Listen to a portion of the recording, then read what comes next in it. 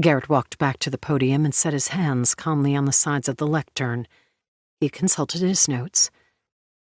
At that moment, Officer Koppel, as you entered the home, what was your state of mind? What were you thinking? Donna paused a moment. I was nervous. You had a witness who lived next door to the Quinlans tell you that he distinctly heard gunshots emanating from inside the Quinlan home. Nervousness would be a fair emotion for anyone to feel. But what else did you and your fellow officers feel? Objection, Bill Bradley said, the government's lead attorney in the case of Alexandra Quinlan versus the state of Virginia.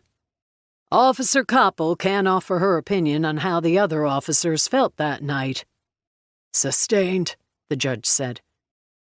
Besides being nervous, Garrett continued, what else did you feel?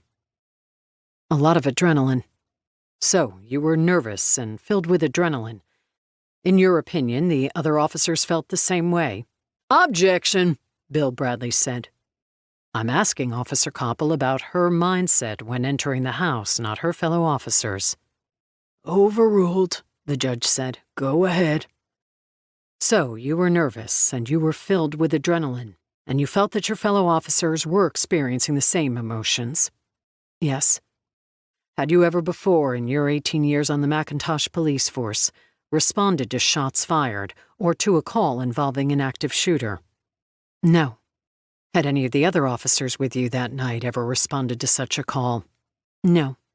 So entering the home with the suspicion that there was an active shooter inside was a new experience for you? Yes. Other than department training on such an event, you had no practical experience? No. Is it reasonable to say, Officer Koppel, that handling a stressful, dangerous, and unique situation with which you had no previous experience opened the door to the possibility that things could be handled poorly? Donna paused, then swallowed hard. Yes. Nervous and filled with adrenaline, is it possible that the 4 officers who found themselves in a situation they had never before been part of could have misinterpreted the scene inside the Quinlan home? Yes.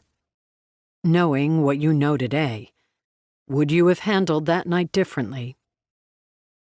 Tears welled in Donna's eyes as she answered. Yes.